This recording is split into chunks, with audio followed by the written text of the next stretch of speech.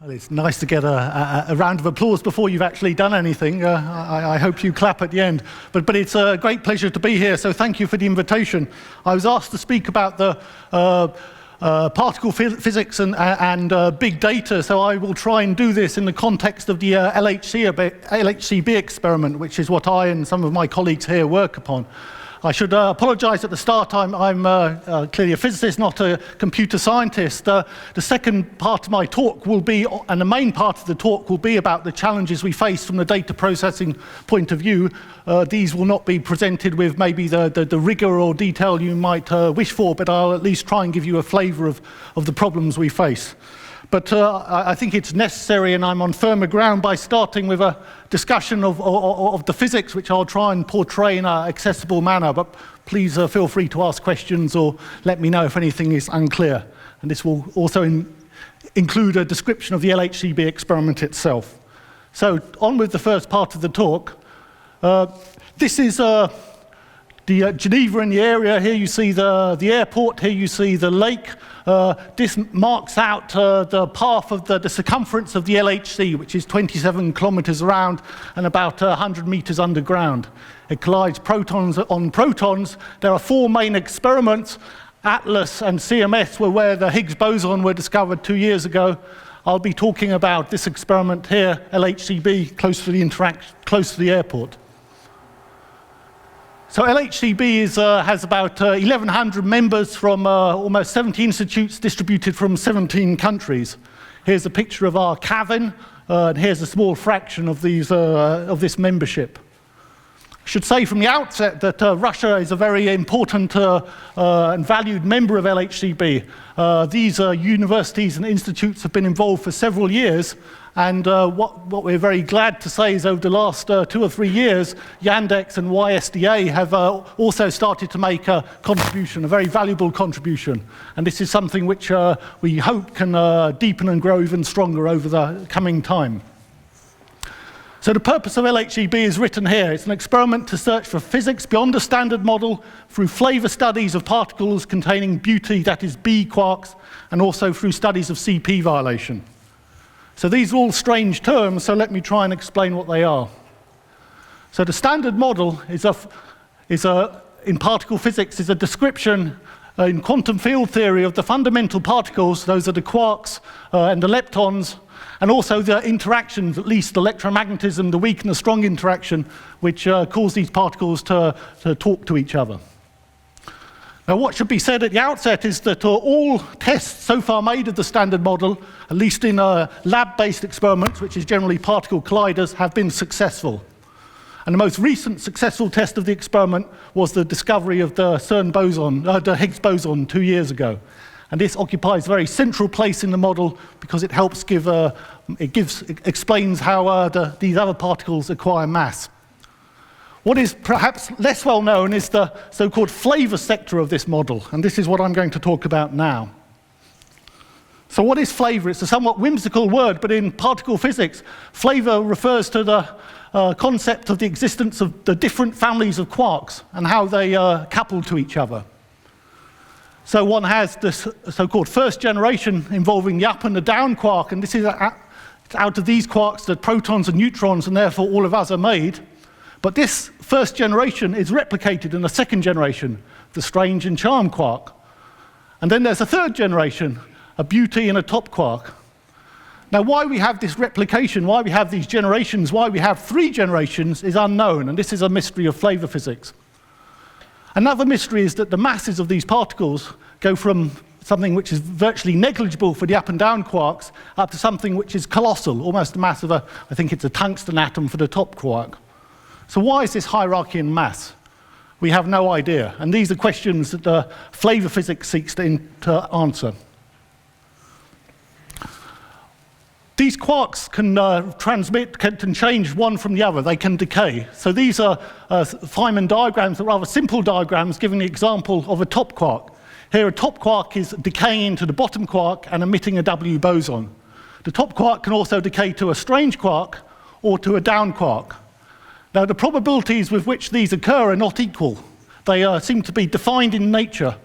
And they are defined, and indeed all the decay probabilities of quarks within the weak interaction are defined by this matrix.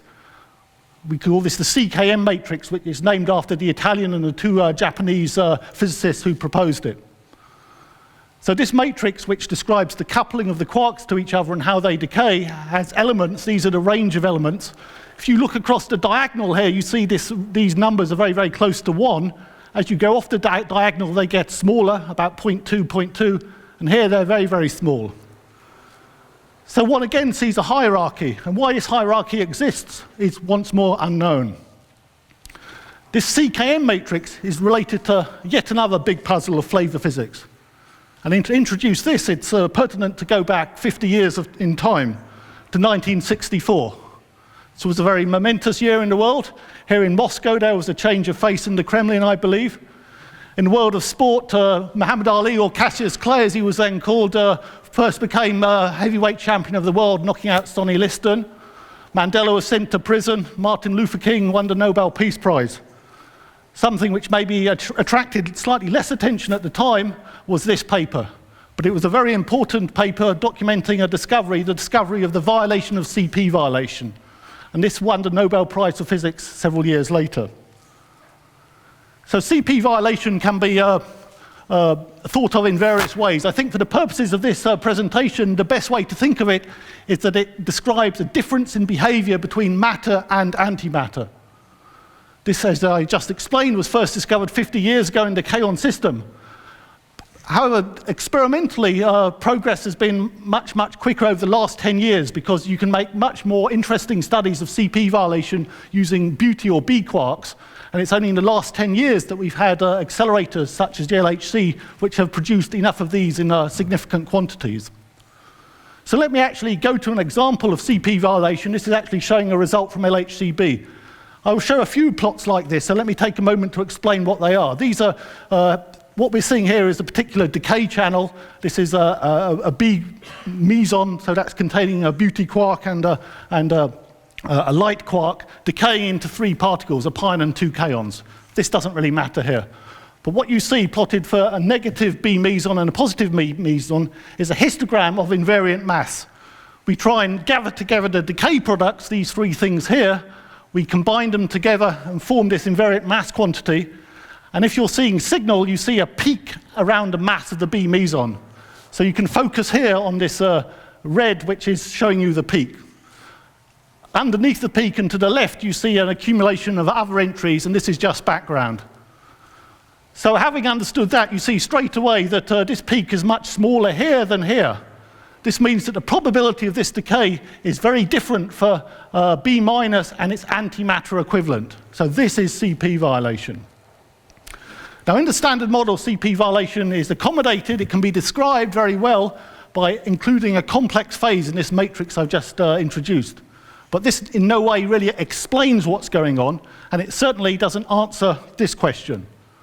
So CP violation may look a little abstract, but it has very significant consequences. As first pointed out by this very famous Russian physicist, CP violation is one of the requirements for baryogenesis. Baryogenesis is the process by which we progress from the situation in the Big Bang when matter and antimatter are created together in equal quantities to the situation now where the universe, as far as we know, is completely dominated by matter. CP violation is needed for this to occur. But the amount of CP violation that appears in the standard model is woefully inadequate to explain the complete dominance of matter over antimatter we have today. This is a big problem. It's not understood why. So this is certainly a justification why more and better measurements should point a way forward. So we've introduced a standard model, we talked about CP violation, and we've encountered some open questions and some problems. Here's the one I've just talked about, no explanation for baryogenesis. And there's these strange numbers, 3 generations, this hierarchy of quark masses, hierarchy in the CKM matrix. The standard model doesn't explain why this is so. And there are other things the standard model does not explain in any sense. For instance, there's no explanation for dark matter or dark energy. Gravity also is not included. So we believe very strongly that the standard model is not a complete theory, but there must be a higher theory, a more final theory out here, which could be something like supersymmetry, sometimes abbreviated to SUSY, which can at least solve some of these problems. So the purpose of modern physics experiments, and certainly the LHC, is to look for evidence of these new theories, and this evidence would generally show up in the existence of new particles or effects which are not described by the standard model. So this is the goal of ours, and indeed almost all experiments at the LHC. We are searching for new physics. We are trying to breach the walls of the standard model and get into the fortress. There's two broad approaches to doing this. One is, if you like, the brute force approach, the full frontal siege assault. Here you use the high energy of the LHC to try and actually create, out of the condensing energy, new particles in the laboratory. This was how the Higgs was found. Even though the Higgs is not a new physics particle, still we used the energy of the LHC to make this new massive particle. But there's a more subtle approach, maybe a more powerful approach, which I will characterize as the indirect approach. And those of you who have a classical education who remember the Siege of Troy can recall which of the two was successful, but I think both are necessary. So I will explain in more detail in the context of particle physics what this is in a moment, but let me just tell you that certainly in the history of science, the indirect approach has been very useful. For instance, this example from this gentleman here, who by looking at where the sun was in the sky at a given time of day in two places, was able to calculate the circumference of the Earth. This was an indirect measurement, and it predated the direct measurement by approximately 2.2 thousand years. So this stuff works well. Now, in the context of particle physics, this I try to explain. This is probably my most technical slide, so please bear with me what we try to do. So these are Feynman diagrams. The details don't matter, but you start with the particle, these two quark lines here corresponding to the particle you begin with. It then turns into another particle or decays. In all cases, however, you see loops. Here's a loop, here's a box loop, here's another loop. And all these loops involve particles which actually are heavier than the particles which are being produced and which are decayed into. These particles running around these loops don't exist in a normal sense. They only exist in a virtual way, but by the magic of quantum mechanics, this is permissible. So these decay processes or transitions involve heavier particles than the particles you are studying. Okay? So this means by making sufficiently precise measurements of these processes, you have sensitivity to the existence and properties of the particles running around in this loop. Now, in all cases I've drawn here, these particles are standard model particles, W bosons, top quarks, up and charm quarks. However, there's no reason at all why one should not see the influence of new physics particles. If there's a new physics theory out there, such as supersymmetry, in general, those particles should also be running around in the loop. So this is the bottom line, and this is the principle of the indirect search method, that by making precise measurements of low-energy phenomena, these are rather light particles, but if we measure them well enough, we can learn about the physics we're looking for, the unknown physics, which is happening at higher energies, corresponding to the heavy particles running around in this loop. To show this isn't science fiction, here's an example from the last decade. It corresponds to the search for the top quark and the measurement of the top mass. So at the CERN collider, which predated the LHC, it was called LEP, it was an electron-positron collider, we studied the properties of the Z boson. Now the Z boson we now know is actually lighter than the top quark, so at this collider it was not possible to make top quarks in the laboratory. This first happened at a collider called the Tevatron near Chicago in 1995. But even though LEP was not making top quarks, we were studying with great precision the properties of the Z boson, and the Z boson has loops in it. Here you see again a loop diagram, and you see this top anti-top quark pair which are running around. So the top is contributing to the properties of the Z boson in this ghostly virtual manner. And from precise measurements, with time, these measurements were carved out this blue band here, which gives you the estimation from these low energy measurements of the mass of the top quark. And these points correspond to when the top quark was actually found in the laboratory, and you see that they beautifully agree with those indirect measurements. So this is a very vivid and beautiful demonstration of how indirect measurements work well. So this is what the LHCb experiment is trying to do. Here is our experiment. It sits in this cavern you saw on the introductory slide. It's about 20 meters long. The interaction where the protons collide is here, and beauty quarks and the particles which condense out of the beauty quarks, the mesons and hadrons, are generally fly in this forward direction, or indeed backwards, but we are only have enough money to build a detector in this direction.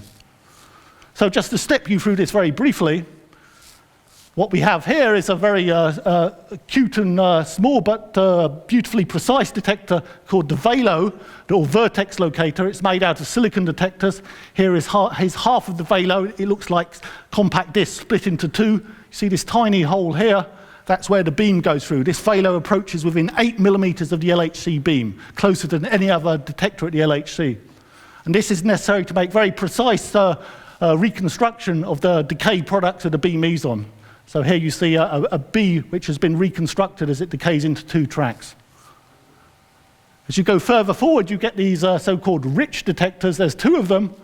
This stands for ring imaging Cherenkov detector. Here we're looking for Cherenkov light. Cherenkov light is the optical analog of a sonic boom. Light which travels, the particles which travel faster than light in a given medium emit a cone of radiation. The opening angle of this cone is related to the velocity and therefore the mass of the particle. So if you can image this radiation, it involves mirrors and this array of photodetectors, you can measure the opening angle of the ring and decide whether you're looking at a pion or a kaon or a heavier particle such as a proton. And then to reconstruct these trajectories you see on these pictures, we need tracking stations. We have some before and after this magnet. This is a dipole magnet, very big thing, which is used to split positive and negative particles in opposite direction and cause a curvature which is necessary for us to measure to actually learn about the momentum of the tracks. And then beyond this you have detector components, the muon system, the calorimetry, which are very important in their own right, particularly in the trigger, which we'll be talking about later. So the story so far is that LHC has completed its first run. Essentially, this ran from 2010 to 2012. In that time, in those 3 years, LHCb collected 3 inverse femtobarns of data. You might wonder what an inverse femtobarn is. It just corresponds to, it's a unit of data. It's easier to turn this, because we're talking about beauty quarks, into how many beauty quarks were produced. And it corresponds to something like 3 10 to the 11 B anti-B pairs produced over this time. And you see in the first year, we didn't collect very much data. The next year, we collected quite a lot. And in 2012, we collected about double this. So the LHC is now in shutdown, but it's coming to the end of the shutdown. The purpose of the shutdown is to upgrade the energy. And then early next year, we will start run 2, which will go on to 2018. And in this run, we hope to increase this sample by a factor of 3 or maybe more if we're lucky. Okay, so now let's talk about the data processing. So I will firstly present the challenge in terms of raw numbers, and then I'll take you through the trigger, which corresponds to how we deal with the data online, how we deal with it offline, and then in the end, what the end user does, which is turn these data into physics results. Okay, so when the LHC is operating, these proton-proton collisions occur at a rate of almost 40 megahertz. For LHCb, it's a little less, but this gives you the order of magnitude very closely. The LHC, when it's operating, beams are in the machine and collisions are occurring for about 15% of the year. The raw data size of LHCb is getting on for 100 kilobytes. So if you put this together, this is 15,000 petabytes per year, which corresponds to the data flooding into the experiment. Okay? So this is less than dealt with by search engines, almost certainly Yandex, definitely by Google, but it's still a lot of data. It's significantly more than Facebook have to swallow. This shows this point schematically. But of course, LHCb is a public-funded science experiment, whereas Facebook's a commercial company. And so they have a much more bigger computing budget than us. Our computing budget is something like of the order of $10 million per year. So we have to come up with a strategy to deal with this data. And probably the first principle we invoke here is the fact that the most expensive aspect of dealing with data is storing it. So what we should do is try and make a very fast decision about whether the data we are collecting in a collision is interesting or not. Therefore, we are trying to process as much as possible in real time. And this is done by the trigger of the experiment. And the trigger is needed in all particle physics experiments, not just LHCb. So we have this almost 40 megahertz of collisions, but if we're just focused on B physics, beauty physics, these are produced, particles containing B quarks, which are called B hadrons or B mesons, are produced about once every 150 pp collisions. And what's more, the actual number of the sort of B mesons we're looking for only decay into interesting final states, maybe 1 in 1,000 times. So you'll understand that there's a lot of collisions that occur which are uninteresting. Now this is a simplification of the situation because, in fact, the experiment wants to also look at charm quarks, which are much more abundant, and we want to do measurements involving other sorts of interactions a lot as well. But for the purposes of this presentation, let's focus on the B physics because this helps to concentrate our mind on what we want the trigger to do. So we only want to save to disk the potentially interesting collisions containing interesting B quark decays. So how can we do this? There are a variety of signatures which we can use and we try to look for as fast as possible. Now the easiest, in a sense the most crude, but rather straightforward to use, is to exploit the fact that here you see the P and P colliding, here's a B which has been produced and it decays into these particles. These particles tend to be produced with a significant kick transverse to the beam direction. So this kick manifests itself as a transverse momentum or transverse energy. So what we try to do is look in some of our detector systems for evidence of particles with this transverse momentum, this kick. So this is something we can do rather quickly and it's useful. Now if we have more time, what we want to do now is exploit the fact that the B, when it's produced, does not decay instantly. The B is really rather long-lived for a subatomic particle, about 1.5 picoseconds, which sounds a short period of time, but in the LHC laboratory, that enables it to fly for about a centimeter before it decays.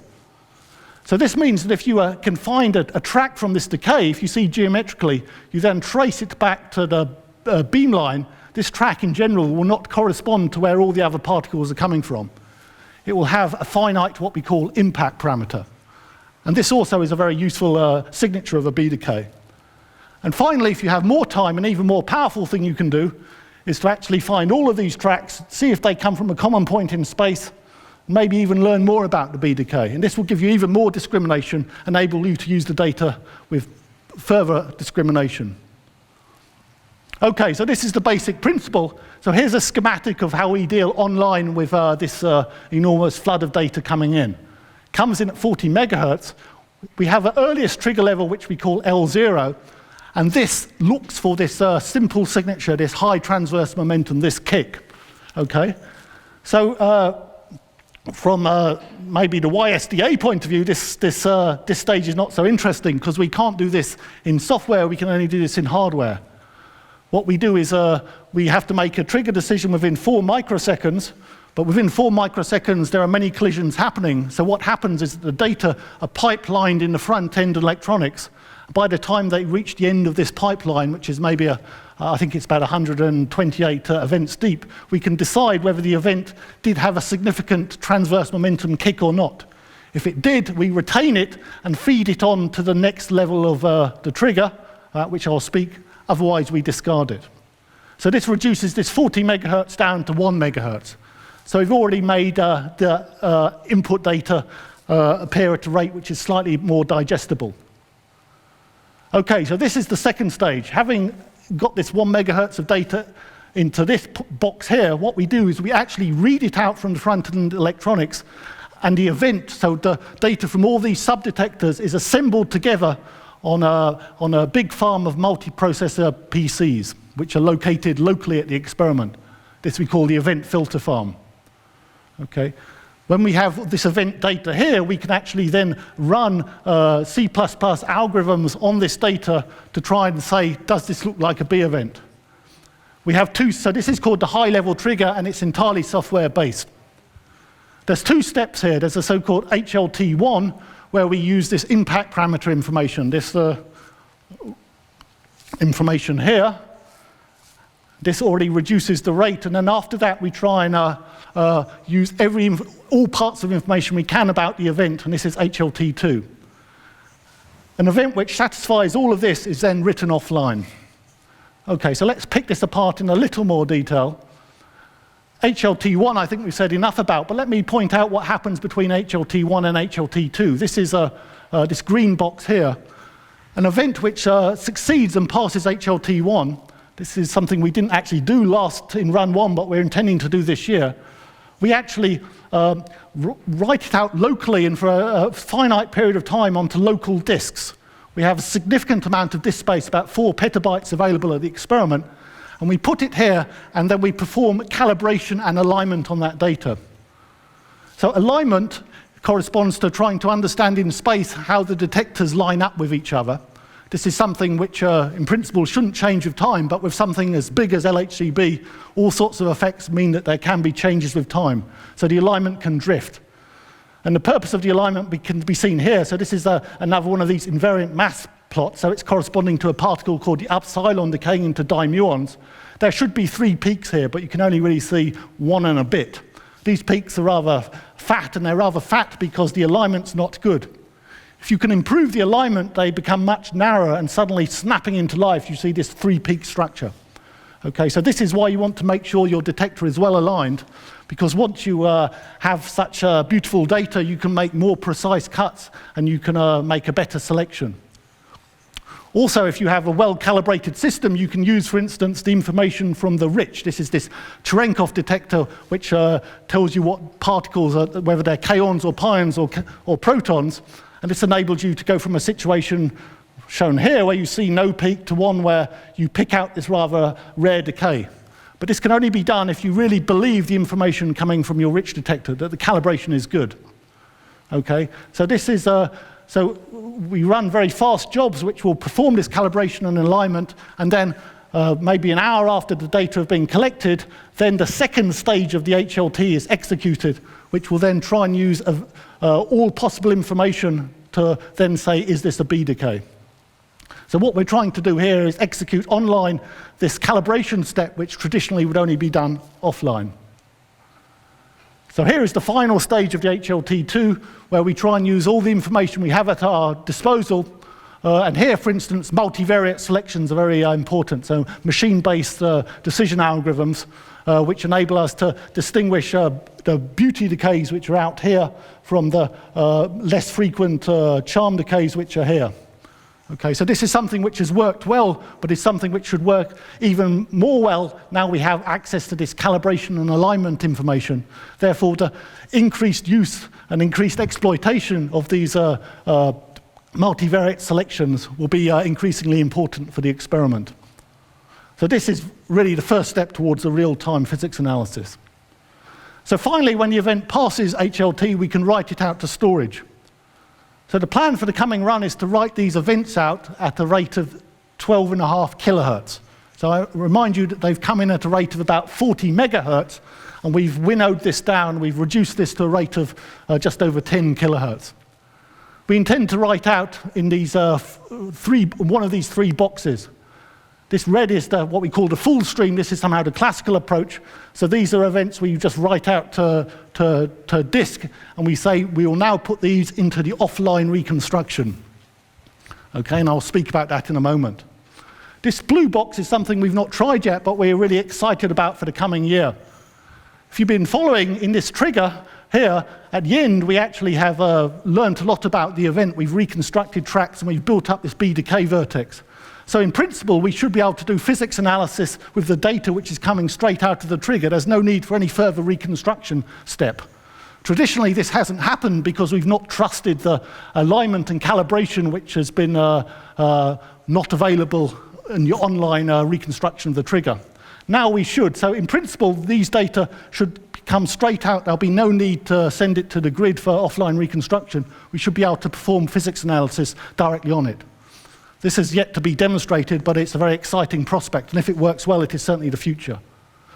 And finally, there's a stream of events which are potentially useful, which we won't try and process immediately, but just because of the cost of CPU, we will store them on tape, and then when this run finishes in 3 years' time, we will then process them.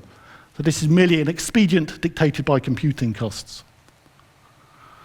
Okay, so now coming back to this classical stream and talking about this offline reprocessing, what's involved in this? So this is the business of event reconstruction. So the idea here is to go from the electronic signals in the detectors to the particle trajectories which you see here. Okay, so a pattern recognition has to be performed, and this pattern recognition then has to find these tracks and also calculate the momentum and where they actually approach the interaction point. In addition, we want other information from our, for instance, Cherenkov detectors, and this means trying to use pattern recognition to find the rings coming from the Cherenkov light. So all of this needs to be done, and then it needs to be put together and turned into probabilities and information which will be relevant for the physics analysis. This is not quick, it takes about 2 seconds per event. So this reconstruction is done on the grid in several thousand concurrent jobs. So to give you an idea of the data volume we're now talking about, what comes out of this is what we traditionally call DSTs, which just stand for data storage tape. So the raw data is turned into a DST. And for our run in 2012, the amount of data we had in terms of DST required about 2 petabytes of disk storage. Now this reconstruction step, ideally you would just like to do it once, but of course with time you learn more about the performance of your experiment, and several months down the line you may wish to reprocess the data because your alignment has improved. So one should also allow for reprocessings and doing this once or twice. So this 2 petabytes you should multiply by 2 or 3, okay? These DSTs, in principle, then could be used straight away for making physics measurements. But in practice, this would be a dumb thing to do.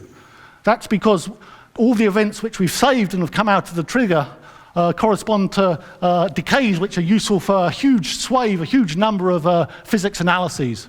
But the typical analyst is only interested in a small fraction of this, maybe 0.1 or 1% of these events. It's all his colleagues who are interested in the rest, his or her colleagues. So it would be inefficient to allow an individual physicist to run on this full DST. So what we do is we ask everybody in the collaboration, we ask them what analyses do you want to do. We ask them to devise a loose selection, though not too loose, and then all these selections are put together and run centrally, and then they're written out to one of several, maybe 15 streams. So this means that in each of these streams, the data volume will be a tenth, maybe a hundredth of this 2 petabytes I spoke about before.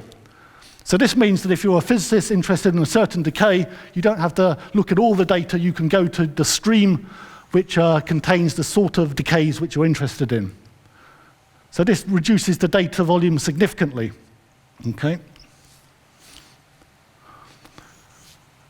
I should also mention, we've been talking about real experiment, real data, but we have this mysterious virtual experiment out there as well. We have a simulated LHCb, and that's because simulated data, or Monte Carlo data, is certainly central to almost any scientific analysis.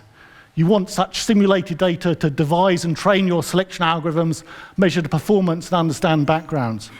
So a lot of effort goes into describing a simulated experiment and simulating simulated events, which we then track through LHCb using just the same software chain I've just presented to you. So the CPU and storage requirements of these simulated data are every bit as important, and indeed probably the major driver in terms of our computing requirements. So this is a sort of schematic of our computing model and how we exploit the grid. Here's CERN, where much of the CPU resides, and a lot of storage both on disks and tapes. But the data which come out of the experiment are shipped off to so-called tier 1 grid centers, and there are 1, 2, 3, 4, 5, 6, 7 of these. This one which was recently added, which is actually a Russian-based center just down the road. We saw some of the CPUs there this morning, those of us who visited. And this is used for this reconstruction step, this stripping step, and also the user analysis. Okay. But also of critical importance are tier 2s, which are other centers of CPU spread around the world, which typically don't have as much data storage, but they have a lot of CPU power. And this is used to help in this process, but is also used primarily for Monte Carlo production. And Yandex, indeed, has been a very useful contributor over the last 2 or 3 years to this sort of CPU need. Here's a snapshot which shows this. This shows the CPU provision, how it's divided up by the various sites we use on the grid over a 10-week period taken rather recently. So these colors correspond to different centers, but just to give you the bottom line, what we see is about 50% of the CPU comes from CERN and these tier 1 centers. About 12% comes from this high-level trigger farm. This trigger farm is obviously used in running time, LHC running time, to perform the trigger. We're not running at the moment, so we can just use it as a source of CPU. And 5% is contributed by Yandex, and the rest by the other tier 2 centers. This shows how the activity in these CPUs are distributed amongst job types. Again, we're not processing real data at the moment, so the 2 job types which are out there are simulation processes and user analysis jobs, here shown in pink. With such a huge amount of data, navigation becomes very, very important. Therefore, bookkeeping tools are essential and needed to identify the files corresponding to the data sets you're after. But bookkeeping has no information about individual events, so there's other tools which have been developed by colleagues here at the YSDA, which are very useful for selecting events which fulfill a certain set of criteria and allowing us to download the source files. So this has been indispensable. The slide gives you an idea of how much offline storage space we need, both in terms of disks and tapes. This is the request that we have made from our collaborating countries and institutes for next year, the year after, and the year after that. So we're talking about between 20 and 30 petabytes of disk space and up to almost 100 petabytes of tape space. Now clearly, since we are limited in the resources we have in terms of storage, efficient use of this is essential. Therefore, for instance, studies of data popularity are now very, very important. This is another place where YSDA have been playing a very important role. For instance, this is a study they performed where we've looked at data sets which exist on disks, and we look at those which nobody has looked at for at least the last half a year. And you see here there's a significant fraction. This could be simulated data that somebody asked to be generated but then lost interest in. However, clearly what you want to do is either remove this or archive it on tape. So understanding what's happened and indeed what is likely to happen, again an important application of multivariate tools, is very useful and a very welcome contribution from our colleagues here. Okay, I now come to the end user, and that is the actual people who tried to produce physics results. So LHCb has published over 200 results in journals over the last 2 or 3 years. So don't worry, I'm not going to walk you through all of these. I'm just going to pick on just 2 examples, and 2 examples which have particular demands on data handling. Okay, so the first takes us back to this question of CP violation. So I remind you that CP violation is the difference between matter and antimatter, and it's accommodated in a standard model by a simple single complex phase in this matrix, this CKM matrix. Now this matrix, which is a 3x3 matrix, must fulfill certain mathematical properties. For instance, it must be unitary. And this means that you can write down certain relations, and those relations, some of which you can express geometrically. So often you see this matrix expressed as a triangle. So the values in the matrix and the phase in the matrix must correspond to the properties of a certain triangle. Now the triangle has angles, and this angle here, called gamma, is related very directly to the CKM phase. So if you can measure gamma, you can essentially measure the amount of CP violation that the standard model expects. Now, because these relations exist and we know the sides of the triangle, we know the sides of the triangle through precise measurements of the elements in this matrix, we can, of course, predict what the value of this phase, this angle should be, and it's predicted very well to 66 degrees plus or minus 1 or 2 degrees. But a prediction is no use to experimental physicists. What we want to do is actually make a measurement. Because all these processes I showed you earlier involving these suppressed loop diagrams, these may involve new particles. If there's new particles, new physics effects, these can actually destroy the relations in the matrix, and they could lead to a measurement of this CP violating phase, which is different from the predicted one. So any such discrepancy would be very exciting and would point to new physics effects. For instance, supersymmetric particles, or even a fourth generation of quarks. Okay, so we're going after gamma. So this gamma exists as a complex phase, and it's a phase which is hidden away, and it's a phase which exists between different B decays. So this is a decay of a negative B meson into a so-called D0 and a kaon. And there's another corresponding decay involving the antimatter D meson and the kaon. Now, writing down the relations, we believe this phase gamma should exist between these amplitudes, but it's a complex phase. It's how do you see this? So how to see this, we rely on quantum interferometry.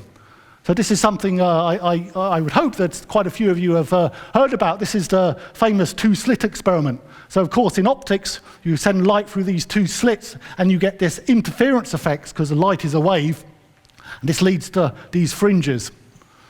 Now, if you remember in quantum mechanics, you still get this happening even with individual particles, with individual photons, with individual electrons even. You get quantum interference, provided you have two separated decay paths, as we do here, through which the decay can occur or the light can pass, provided that you don't try and tell through which slit the actual particle goes.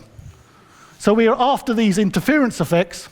We can do this by finding decays which correspond to this, where we look for a decay of a final state, a decay which both the D0 and the anti-D0 can go into. This will give us these two slits, the two decay paths, and we expect interference. Now this interference we expect to be different for B plus and its antimatter equivalent, and that's because the phase gamma is CP violating. So let me try and show you this very simply. Here are these two decays I've shown before. So firstly, let's look at the case where we try and reconstruct the D or the anti-D in a way where it actually can only go through a single one of these paths. So in fact, if you look at, you try and reconstruct the D decay into a K minus and a charged pion, a positive charged pion, in fact, it turns out this can only be fed by more or less one of these paths. So it's as if the light could only go through one of these slits. So in this case, you expect no CP violation. So here are the mass peaks similar to that I showed you before. So concentrate on the red, which maps out the signal. This for this decay here, where we expect no quantum interference. I call it the favored decay, because it happens quite often. And you see, indeed, this is essentially the same height as this. So no interference is seen. No quantum interference has occurred. We learn nothing about CP violation. We learn nothing about gamma. Now we look for a different decay, a decay which is equally accessible to this decay and this decay path. And it turns out that you can get such a decay just by swapping the charges. So we now look for a positive kaon and a negative pion. Now both decay paths are accessible. It's like interference effects are coming through the two slits, and you indeed see huge consequences. So this is the B plus, which you see is rather large, and the B minus, which is tiny. So this is CP violation, and this is CP violation coming through quantum interference, which is telling you something about gamma. I also note that one sees that the number of entries in this histogram is much smaller than here. So this decay mode is actually very rare, it's suppressed.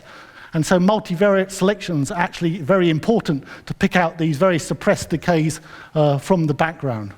So the sort of approaches which are developed by people such as you are very welcome in this sort of analysis. So they're more complicated examples. These are the same decays I showed you earlier, but now we're not looking into two particles, we're looking into three particles, a neutral kaon and two pions, one positive and one negative. Now one has the possibility of sharing the energy from the D decay. Oops. It can either, most of it can be shared by the neutral kaon and the positive pion, and this is the case in this direction, or it can be shared as you go in this direction between the neutral kaon and the negative pion. So these plots here show you in two-dimensional space how the distribution of events and candidates changes as we explore these possibilities. And now the CP violation is manifested not in an absolute difference in rate, but in local differences in this space. For instance, you see a greater density of events here compared to here, and here compared to here. So to really exploit this, we need multivariate selections, not only to pick out these rare decays, but to ensure that the efficiency of selection is essentially uniform over these two-dimensional planes. Because if you had a selection which is very efficient here compared to here, this would make the analysis very difficult. Okay, so where are we now? So this is the triangle I showed you earlier. So this was the blue represents the predicted value of gamma. The red, this is the central value, and this shows the uncertainty from the experimental measurement, shows you what these measurements have told us. So you see, first of all, that we are in agreement with the prediction because this overlaps with this. But you also see that the experimental uncertainty is still significant. So the measurement is not yet as precise as the prediction, but we expect to get there. And we expect to get there with the data from the coming run and also from the upgrade, which I'll talk about right at the end of the talk. And this will allow for a very precise comparison. But to get there, very high performance data selection tools will be essential. Okay, so my second and final example corresponds to analysis which study which people have been trying to perform for over 25 years, which is the search for BS to mu plus mu minus. So this is a decay of a B meson. This is actually involving a B quark and an anti-strange quark into a pair of muons. Okay, so these are papers over the last 2 decades. People have been looking for this decay for the following reason. That is because it's extremely rare and it can only proceed through these loop diagrams. These are the sort of loop diagrams I showed earlier. Here you see the loop. And the fact that they're loop diagrams actually tells you that the decay is suppressed. It happens very infrequently. Indeed, in the standard model, it only happens a few times in 1 billion BS decays. A few times in 1 billion. This few times in 1 billion is very well predicted in a standard model, but because it's involving loop diagrams, there's a possibility that these loops can involve these new physics particles, for instance, from supersymmetry. And if these new physics particles were to contribute, they could change the rate at which this decay happens. And in general, one would expect to see an enhancement. The decay rate could rise up to several times 10 to the minus 9, even 10 to the minus 8. So this is a very powerful and important way to look for new physics. But it's a very rare decay, and trying to look for it is like looking for a needle in a haystack. Okay? So prior to LHC turn-on, the previous generation of experiments, the Tevatron near Chicago, had pushed down the limits to almost 10 to the minus 8, but we wish to do better than that. So how do we find this needle? The problem is there are many B decays which look very similar to this BS to mu mu, and rather similar is very dangerous when you're looking for something at a 10 to the minus 9 level. So any traditional cut-based analysis where you just make orthogonal selection requirements, which is what has traditionally been done in particle physics, would be woefully inadequate. So we have to use machine learning multivariate techniques.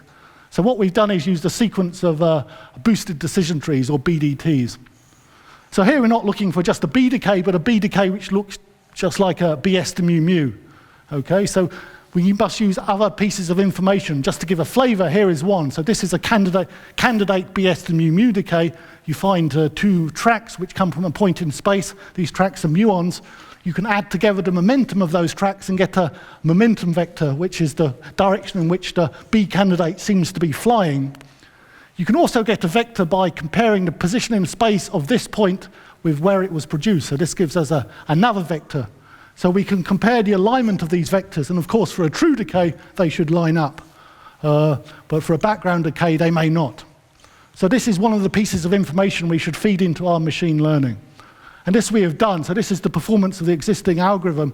So plotted against BDT output. For signal you expect a flat response, and there it is, but for background it's steeply falling. Okay, so we're proud of this, but we're just dumb physicists, and there's for sure much better ways we can exploit this information, okay? So as time goes on, we would welcome any help we can get in trying to improve the performance of these machine learning algorithms. Okay, but that's what we've did, and let me show you what the result is. So I'll show you a sequence of plots from our papers from 2010 up to a few weeks ago.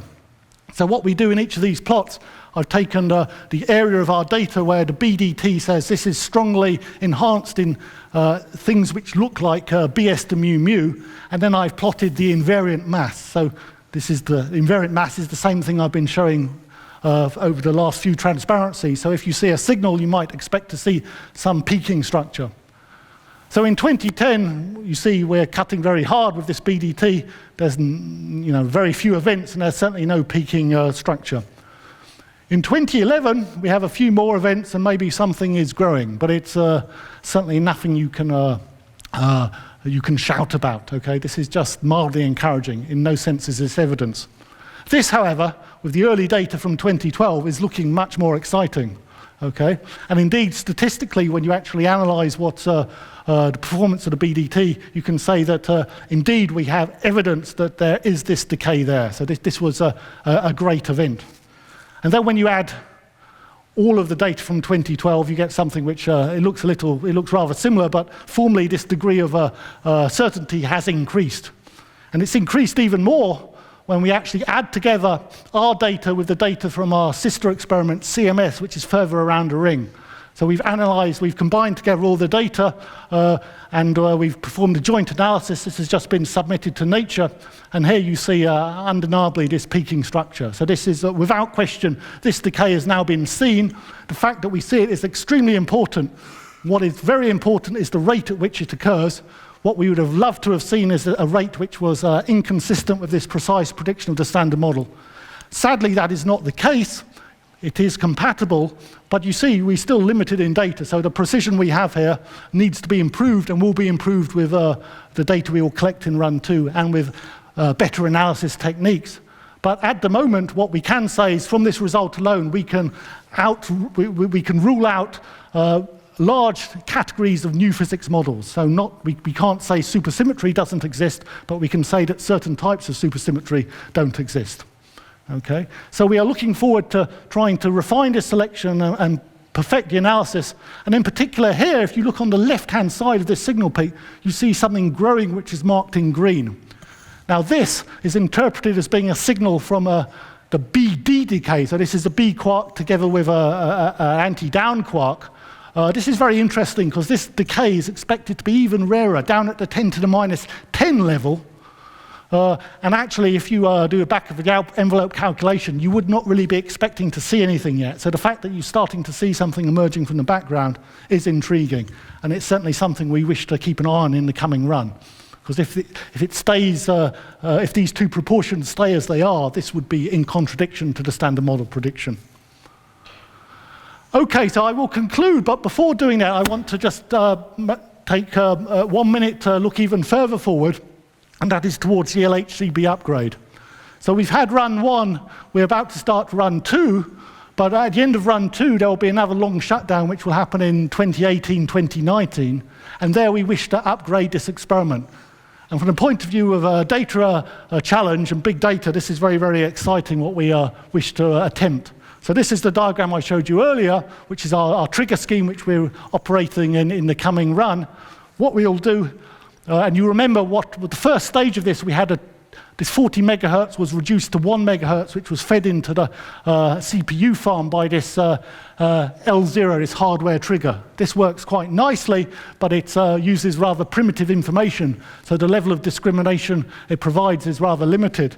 What we want to do is remove this entirely and feed the full 40 megahertz directly into this CPU farm. So this is something which has never been attempted before in a particle physics experiment. It's unprecedented and certainly is leading the way at the LHC. Of course, by doing this, we have access to the full event information straight away, and we can perform much more discriminant selections.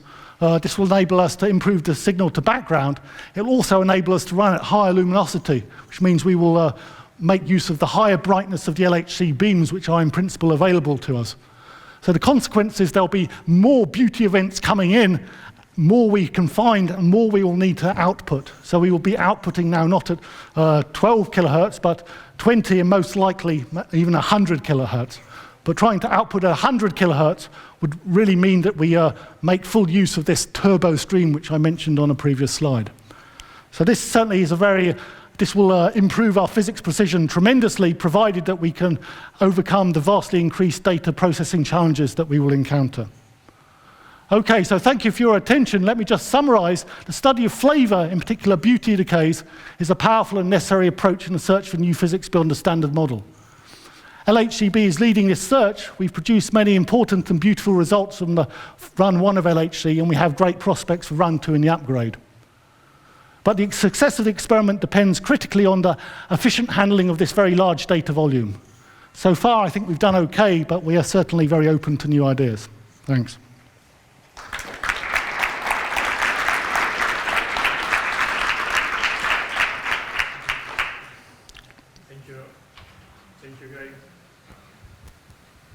Thank you, Guy, very much for this extensive overview of problems that we have in physics domain, and techniques and approaches that are being used at modern experiments. So now it's time to ask questions. Okay, you're ready.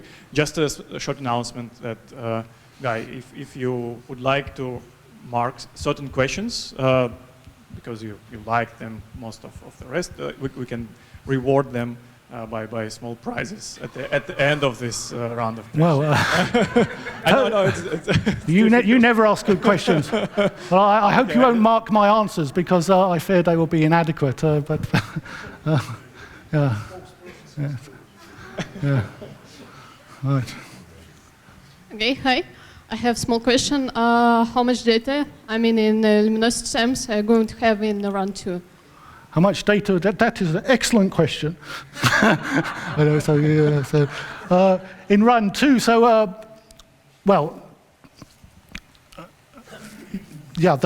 I said that we expect to get about 3 times as much data as we got in run 1.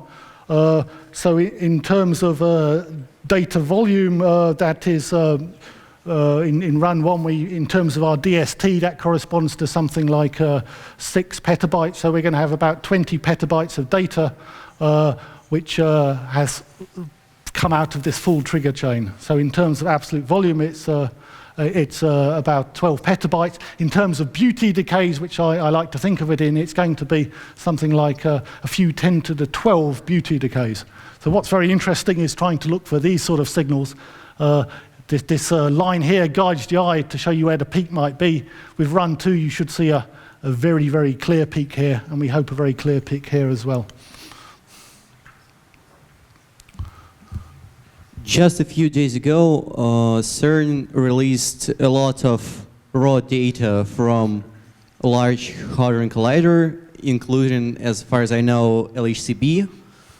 Do you expect people to find anything new, or maybe to inspect its data better during the shutdown and after that? Another excellent question.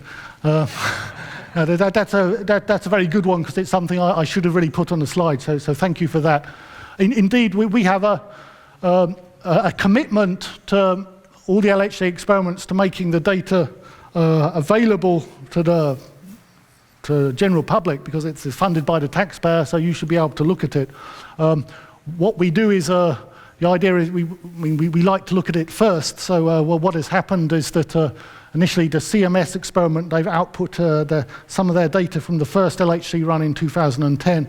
LHCb's put out a little fraction of the data, just the data actually we use in public understanding of science, so-called masterclasses. But our intention and our commitment is indeed to make all these data available. Now you ask, do we expect people to find things in these data which we haven't found?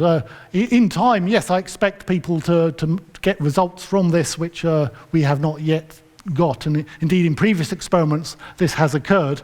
But it's going to be very, very tough, because to try and this experiment is a very, very large thing, and you need to understand the behavior of each part, and you need to know, for instance, that this part of the detector wasn't working very well on the 13th of January, so if you see something exciting on the 13th of January, it's probably not real. So we will try and do everything possible, and indeed, again, I think there's YSDA help in trying to make this data available in as open a way as possible, because it would be great if people could do this, but it's going to be tough. So I don't think anytime soon the general public will actually use it to produce a physics result. But it's good that they try. Yeah. Can you please comment on the estimation of the systematic uncertainty which you get with this BDT technology? I see you push down the background really because, well, it's 2 muons in the final state, and you almost have no background on the signal. And well, but what's the uncertainty? Right, no, absolutely. I've not quoted the uncertainty, but the uncertainty is still significantly lower than the statistical uncertainty, and that's because whatever the performance of the algorithm, we believe we can measure it on real data. So we are able to isolate samples of background which we really know are background, and we can run the BDT on that, and we can see exactly that it behaves as we expect it to behave.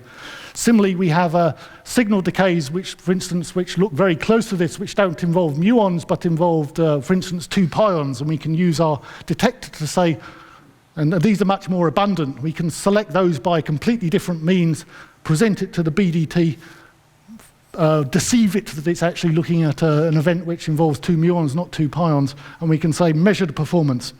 And so we rely, though we need simulated data for certain purposes, in our final measurements we rely extensively on data to measure that performance.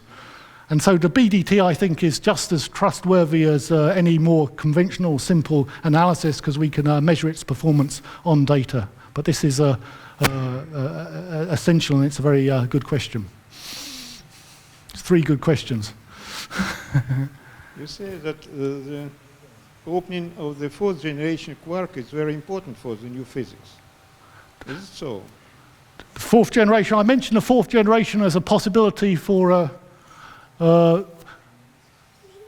when you try to, yes, indeed, you these relations which exist between the elements of the triangle, you can compare what you expect the angle to be with the angle you measure. And if you get a big difference, that could be that the triangle is not actually closing. And one explanation for that is that this matrix is not a 3x3 matrix, which corresponds to 3 generations, but could be a 4x4 matrix. And that would distort the geometry significantly. So that would be a signature of a 4th generation. This is still a possibility, but the whole swathe of experimental evidence we have from a whole range of sources suggests that if there is a 4th generation, it only exists at a very, very high mass scale. So I'm not expecting to see a 4th generation anytime soon, but it's a possibility which shouldn't be discarded. Thanks, but I'd like to ask you about the dark matter, dark energy. Dark matter candidates. Yes. Well, dark matter candidates, there are many. Will your experiments give some answer? What is dark energy, dark matter? Our experiments, if they give an answer about what is dark energy, I'll be very surprised, but pleasantly surprised. We are much more confident about maybe being able to say something about dark matter, because I've spoken about many times about supersymmetry in these particle loops. I talked about these new particles circulating in the loops.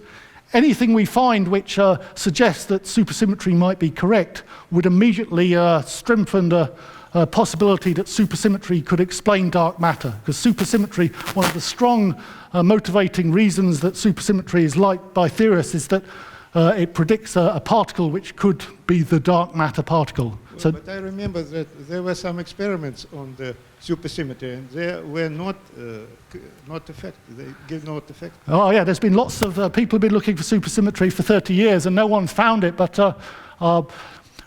the point is that the supersymmetry is not a well-defined theory in that it has input parameters which mean it could exist at, it could exist at higher mass scales. For example, we do not know exactly what the mass of a supersymmetric particle should be. So all you can say is that we don't find supersymmetry within this range, but it could well be that it exists at a higher mass scale. It exists somewhere else. Okay, so it's very difficult to exclude supersymmetry. All you can do is rule out certain models of supersymmetry. Guy, it's not a question, but since you have this slide, I mean, there is another mystery about this triangle. We'll measure this gamma angle precisely, we'll find that the triangle is closed, but there is another mystery, why this angle alpha is close to 90 degrees, maybe a hint for another symmetry, right? Indeed, yes. So unitarity. Absolutely. You see, this triangle I've drawn it as best I can to scale, and you'll see that this angle here is very close to 90 degrees. If it was 90 degrees, this would presumably be telling us something about nature, because 90 degrees is a very unusual and non-trivial angle. But I suspect it's not. Yeah. Good question, though. Yeah. give this man a prize. Yeah. Yeah. How much data is enough? Assuming we give you infinitely as much data as you like, what problems will you face? How much data is enough? Well, never as much. We don't, at the moment, what we wish to do, maybe this slide points in this direction, because what you see here is a prediction which is very precise. You see the small uncertainties given by these blue bands. This is the precision we now have for the measurement. So the simple answer to this is that you'd like to have enough data to make a measurement which is at least as precise as the prediction. Okay? And this is something which you can probably do with the LHCb upgrade. But we would not tell our funding agencies this, because the truth of the matter is that with time, the precision on this prediction will improve. And also, this is just one observable, and I could tell you many other measurements we want to make where you would love to have 100 times, 1,000 times more data than we have. So this LHC machine is fantastic, because it, provided we can equip our detector in a suitable manner, we can make even more precise measurements. But at the moment, one cannot say this is enough. We're very greedy people. We want as much data as possible.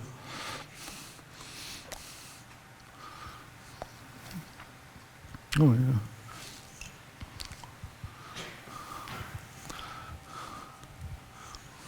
Well, I maybe have a very specific question, but we in Atlas changing our data format because of a big amount of data. So what are you going to do with them? Are you going to stay with your data format? No, I didn't know you had an Atlas affiliation. I'd be more careful about my answer, but yes, I talked about this 100 kilobytes of right here. Okay, so yeah, so the raw data is about 100 kilobytes, and I think the DST is about that as well. Now, of course, if we could reduce the data and make it more compact, then we immediately win, because we can the amount of storage reduces, and we can do that. But you're worried, because every time you compactify your data, you think you're throwing away something you actually want to use in the analysis. So people are understandably a little scared about this, but I think this is absolutely necessary and essential. It's something we will try in the forthcoming run, and when we go to our upgrade, it will be, I think we will have to use analysis with a reduced data format, which is maybe 10 times smaller. So this is something which has to be done, but you can only squeeze so far, okay? But on Atlas, you have much bigger events, about 10 times bigger. So you'd be very pleased if you could get down to 100 kilobytes. Another question to the slide, if you don't mind. Yes. I honestly do not understand this turbo stream. for which purpose are you going to use it? I mean, you know, always you think that you take into account all the stuff, and then you understand that part of your detector was off, or you do not understand the trigger efficiency, and then, well, you spend another year trying to understand what happens, and usually you go down to the raw data level. So. Right. So I would say with Atlas experience, it's unpolite. But No, I'm a bit pessimistic that with the 2.5, with the small amount of with this turbo stream, you'll really get enough data to publish the paper, for example. Okay, I understand exactly what you're saying, and it's a very, I think you're very correct to be cautious. To just remind people the purpose I said this was, the idea here is that we trust the reconstruction which is done in the trigger, and we trust it because we are doing this calibration and alignment in real time. And therefore we can use these data straight away without doing offline processing. So the question was, but can you really trust it? If you find strange features, you will want to go back to the raw data, you will want to reprocess the event. Well, we can look at the raw data because actually what is output here, I mean, what we win here is not data volume, but the fact we are not reprocessing it. So the raw data are available for this stream. We just don't send it to the offline. But what we want to do, and we're going to try and do this with the first data of the coming run, is make an analysis with this stream and compare the results. And only by doing this we will learn whether we can trust and have sufficient confidence to publish papers based on this. So you really go to publish paper with really have a hope that you really can publish paper with this turbo stream. We certainly have a hope, but until we do it, I can't say it's possible. No, it would be great, I think. Yeah, I think to go to the great data rates which we expect in our upgrade, we have to hope this works. But until we do it, I can't tell you it's possible.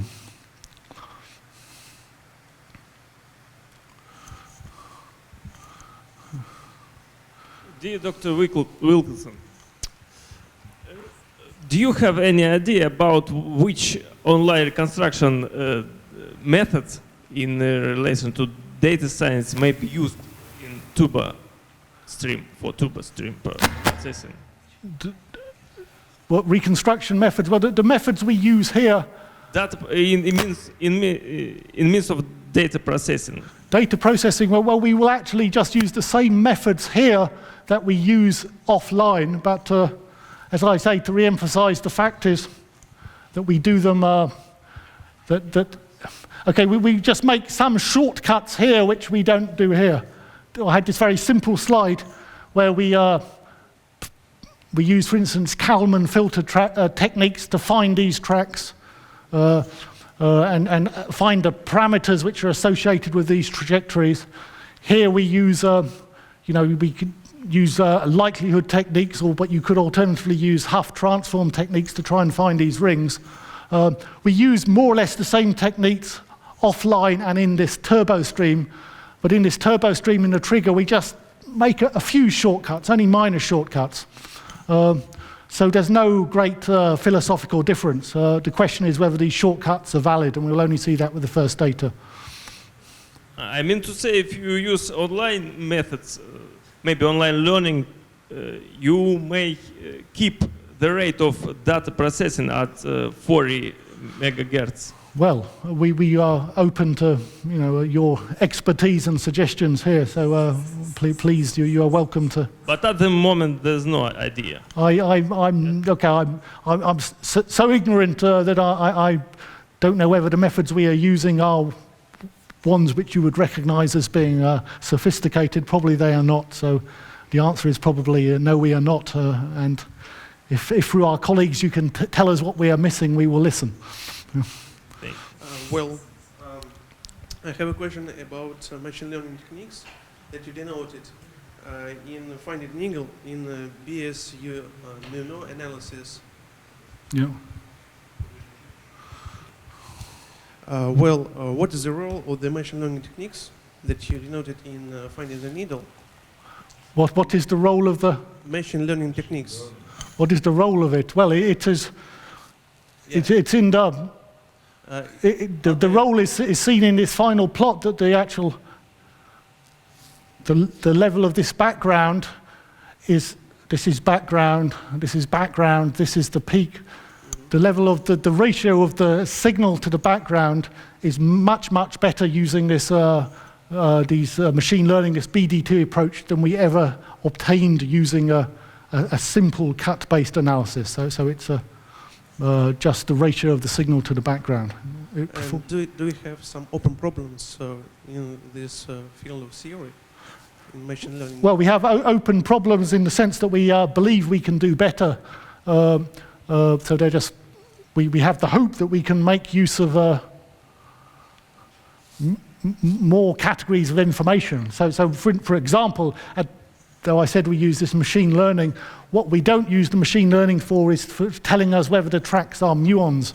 Here we just use our detector to separately tell us, are these muons or not. What we can and should do is to feed the information from this detector into the machine learning to provide another handle, and I think this is something which we will try straight away. I mean, I'm absolutely convinced that further improvement is possible here, and particularly, we want to exploit that, try and learn more about this emerging peak to the left-hand side of the BS to mu. Here, a better machine learning technique, particularly exploiting this information from whether the event is, the tracks are really muons or not, I think will be very important in trying to get a better handle on this decay. Thank you.